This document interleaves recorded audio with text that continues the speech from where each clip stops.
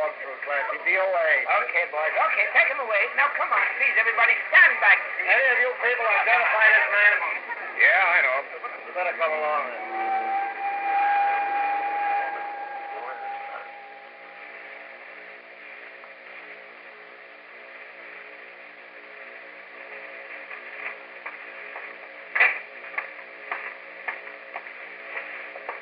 Oh, hello, Sam. Hello, Maxie. Hank Page. Oh, yeah, just came in. 2 seconds. Maxie. Yeah. No, she better not look at him now. He's in no condition. Oh, sure. Sure, you can give her the money. It's in your back. Yeah. Well, hey, that's Mrs. Page. She didn't lose any time. Like to meet her, Sam? Yeah, Maxie, I would. You know, Milty says she's going to look nice in black. That's so. Mrs. Page? What? I knew your husband slightly. My name is Sam Spade. Oh, yes. No, there was a detective. He said he was going to see you.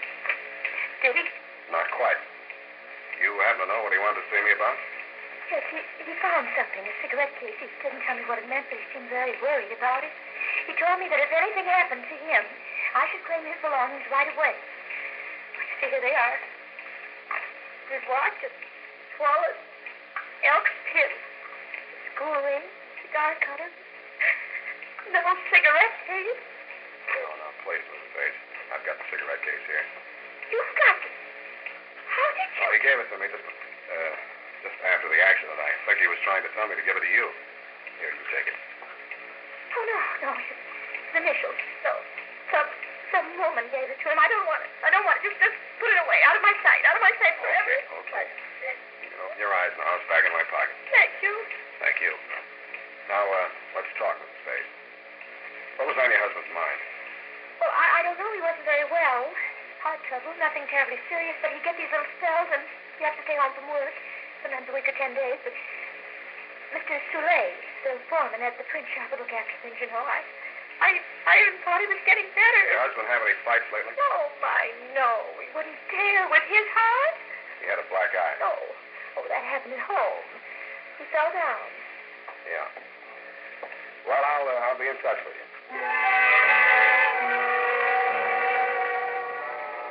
Outside, the fog was rolling in. I stopped under a streetlight and spent an estimated 45 seconds trying to figure out what time it was by the calendar watch my secretary gave me for Christmas. The barometer was falling, it said. The temperature was 63, and I was facing northwest. I looked in a jewelry store to find out it was 4:23. My hour was nearly half gone, and the only clues I had were a cigarette case and a black eye. I took the case out of my pocket and opened it. There were cigarettes in it. I took one out and lit it. It was nasty. Then I saw something green behind the cigarette. It looked better. It looked like money. When I examined it more closely, I wasn't so sure. The printing on it was Dutch, and the amount was 100 florins.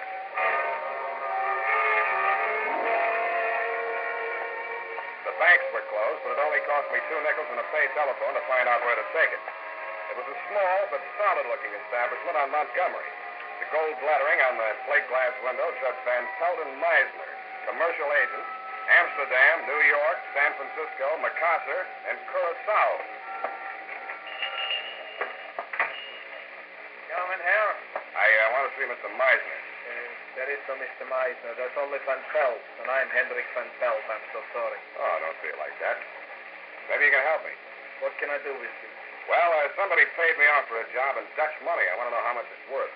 Oh, this better than Meisner, I know. The value of money. Show me, please. Maybe you'd like a cigarette, too. They're Dutch. Please. My brand, Sumatra Queen Stand. Oh, good. You like good, Sumatra Queen Stand. No, the money is 100 florins. High under the light, look. Serial number. Here is M. Portrait clear is. Seals with color is. Paper excellent. You wish to exchange. What's it worth? Well, look, the latest quotation is florin against the dollar. $53.24. That's what the exchange fee taken out is. You like $10 notes? I love them. You mean that money's real money? Who knows better than I should, eh? My brother was engraver to the Royal Dutch Treasury. I myself in the manufactory worked until the occupation coming was. Pardon me. Would you mind saying that again, please? So in the manufactory from all kinds of money, including already currencies from the Indies, East and West, Java, Celebes, Borneo, and homeland, Netherlands. Yeah? Also 6 months in Bulilong, Bali, where I'm English learning. Oh, you learned English? Several foreign languages. I see. Well, I'll take it in cents. Go, Steve. 10, 20, 30, 40, 50, 1, 2, 3, is that dime cents and 20 cents, the right cents. Danke. Eventually. I spoke a little Dutch. Yes, eventually you have lived in San Francisco for how long? Oh, eventually quite some time. Oh, I'm Hendrik van Pelt. How are you? How do you do? Yes, I noticed on the cigarette case you have the same initial, HP. Who your name is, please? Polhaus, Herman Polhaus. Oh, in a Polhaus, you know, I like that cigarette case. With the coincidence, you sell me your Dutch money. Maybe also sell me the cigarette case with the Dutch cigarette. You like those cigarettes? Oh, I love that Sumatra Queen. You can have them for nothing. No, such a pity to remove them from the beautiful case. They go together, cigarettes and the case. How much? What would you say it's worth? Well, that could go $500. What do you pay? Nothing. I took it off a dead body. Get out, grave robber. Help, police, stop thieves. Okay, Mr. Van Pelt, I'm going. Help, police, help.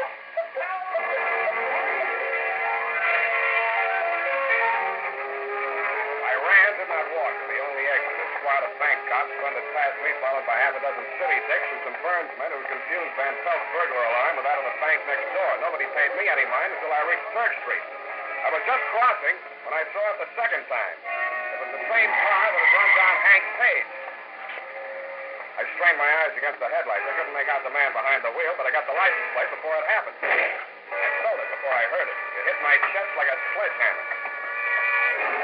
The last thing I heard was the footsteps of a heavy man pounding toward me. The clock on the Church of Dismas the Thief was chiming the half hour.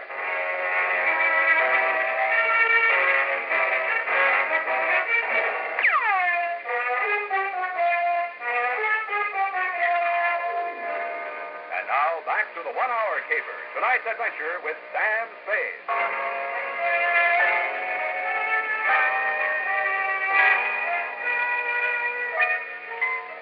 I'd started the caper with 2 clues, a cigarette case and a black eye on a dead man. When I woke up in the alley, I didn't have the cigarette case. Instead, I had 2 black eyes. One of them was on me. Strangely enough, I was alive. I reached inside my shirt to examine the bullet hole over my heart. There was nothing there but a bruise. I wondered what had been in that gold cigarette case besides gold and Dutch cigarettes. The slug had come at me hard enough to knock me down and out, but the case in my inside pocket had stopped it. I limped to the nearest phone booth and phoned Tuttle in the traffic division. The plates on the hit-and-run car were registered to one Hendrik Van Pelt.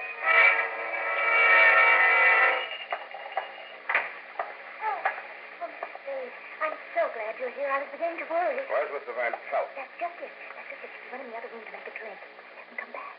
Listen, you don't know how glad I am you're here. Do you know why he invited me to have this drink with him? I can think of one reason.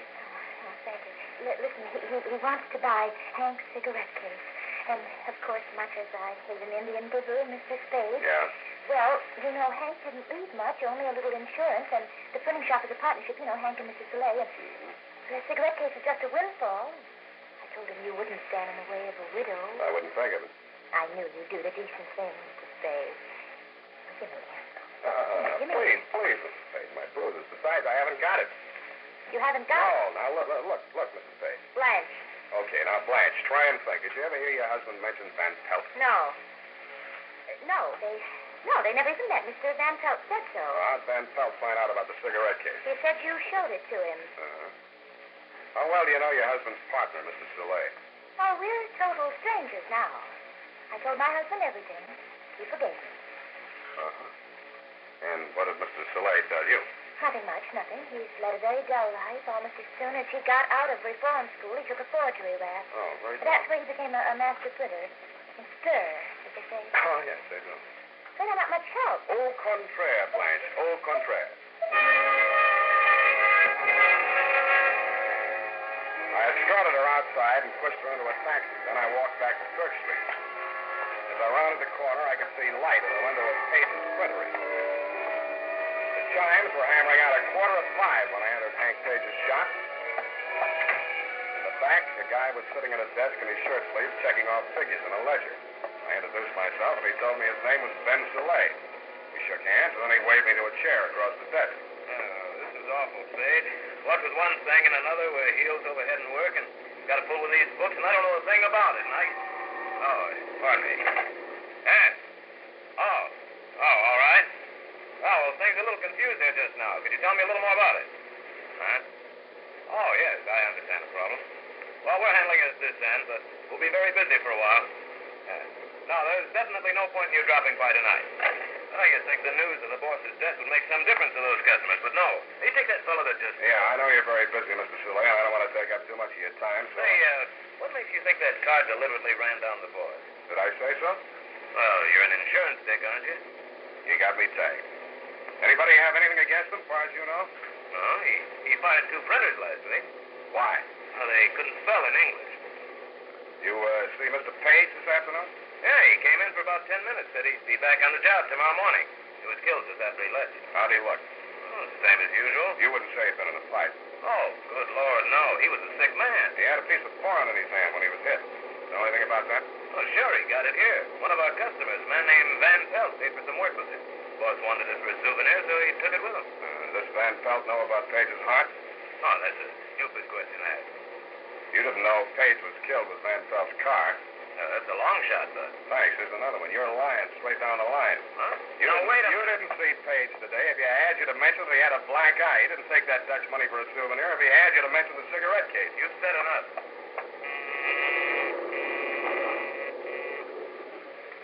What are you doing? Shutting down for the night? You'll find out. Put your hands on top of the desk. I slipped the muzzle of my gun. I'd been holding it in my lap for 3 minutes, far enough over the edge of the desk for Ben Soleil to see it. He did what I told him to. The press room door was directly behind him, and I knew his body would screen my gun from the view of anybody that might come through it in response to the signal he pressed. I didn't have long to wait. 3 men, black with ink, came to the door and threw it into the little office. They strolled in, careless and casual. What's up, Ben? You got ice in your head? Huh? What's this? Stop right there. They stopped as if they'd all been mounted on the same pair of legs, but I didn't like my position at all. If these men decided to jump me, I could down just one of them before the other 3 were on me. I knew it, and they knew it. Then I felt some fresh air on the back of my neck as the street door opened behind me. Oh! Mr. Soleil, what is it? Is it a holdup? It's me, Blanche Spade. Get out of here, quick. Find a cop and bring him back here. Will you do that? Sure I will. You can count on me. Soleil's mouth opened in a broad grin. I didn't need any more warning than that. I threw myself sideways, but I wasn't quick enough. The blow I got from behind with Blanche's lady's handbag type persuader didn't hit me full on, but I got enough of it to fold up my legs as if the knees were hinged with paper, and I slammed into a heap on the floor. Something dark crashed towards me. I caught it with both hands. I had a foot kicking at my face. I wrung it the way a child wrings out a mop. I was dimly aware that my feet were under me again. Some squirming thing was on my back, and a hot, damp object like a hand was across my face. I put my teeth into it, my head back as far as it would go. Maybe it smashed into the place it was meant for. I don't know. Anyway, the squirming thing was no longer on my back, and suddenly I could see again. I saw a brass cuspidor 6 inches or so in front of my eyes. That's how I knew I was down on the floor again. I grabbed the cuspidor and tugged at it. I staggered to my feet with it and used it to club a clear space in front of me. I swung it high and let go. Then I was back on the floor again with 600 or 800 pounds of flesh hammering my face into the boards. But you can't throw a brass cuspidor through a plate glass window into a rush hour crowd in downtown San Francisco without attracting attention. The hour of rescue was at hand. It was exactly 5 p.m. All right, boys, let's go to work.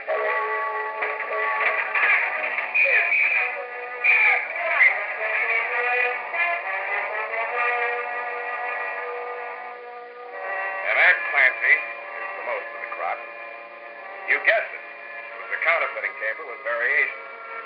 returns are not all in yet, but I think when the feds pick up Van Pelt, they'll find he was telling the truth when he said he was working in the Dutch government printing office in Amsterdam at the time of the Nazi occupation.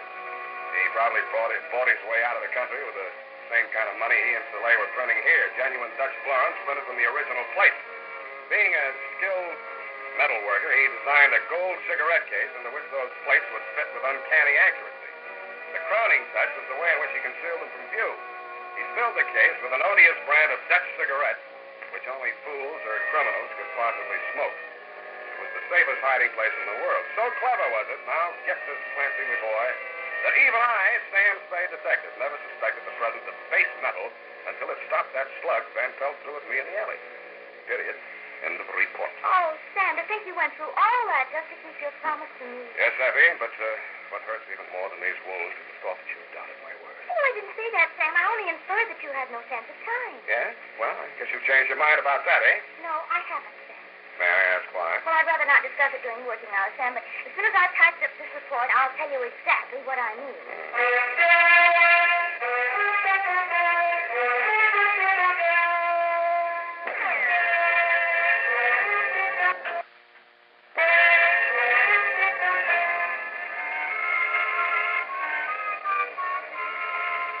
Well, here it is, Sam.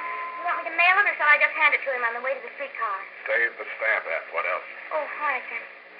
You won't be needing me anymore. I'll... Sit down. It's nearly 5:30, Sam. And I told the photographer not to come. That's a fine thing. After all I've been through, you still say I have no sense of time, and you told the photographer not to come. Why? Because I knew you wouldn't be back in time, and if you were, you'd look so terrible the picture wouldn't be any good anyway. Thanks a lot. Oh, Sam. That's why I must have been so cranky. I must have had a premonition. I don't know what's the matter with me. I'm so ill-tempered. Oh, no, you're not. I think I'm turning into an old maid or something. Oh, calm down. I must be. Oh, by the way, honey, remind me to write to Feige in Washington and ask them to send me that cigarette case for a souvenir if they take it off Van Pelt. After all, you know, it saved my life. You're right. Mm-hmm. And here I've been nagging and saying all these terrible things. Oh, Sam, I don't know what's Come the matter here. with me. Oh, Sam, no, your bandages, your wound. Oh, Sam. Think I'll live. Good night, Sam.